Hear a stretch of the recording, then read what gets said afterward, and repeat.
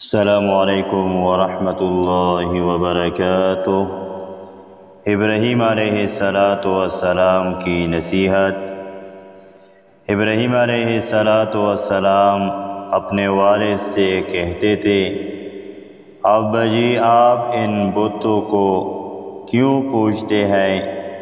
ان بتوں کو سجدہ کیوں کرتے ہیں؟ ان بتوں سے کیوں مانگتے ہیں؟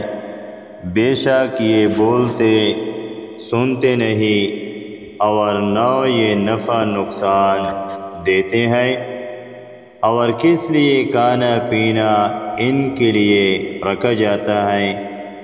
اور پکی بات ہے ابا جی یہ بت کھاتے پیتے نہیں، اور آزر کو غصہ آ جاتا تھا مگر وہ سمجھتا نہیں تھا۔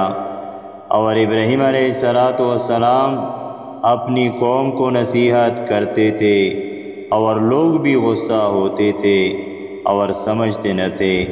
ابراہیم علیہ السلام نے کہا، جب لوگ چلے جائیں گے تو میں بتوں کو توڑ دوں گا، تب انہیں صحیح سمجھ آئے گی۔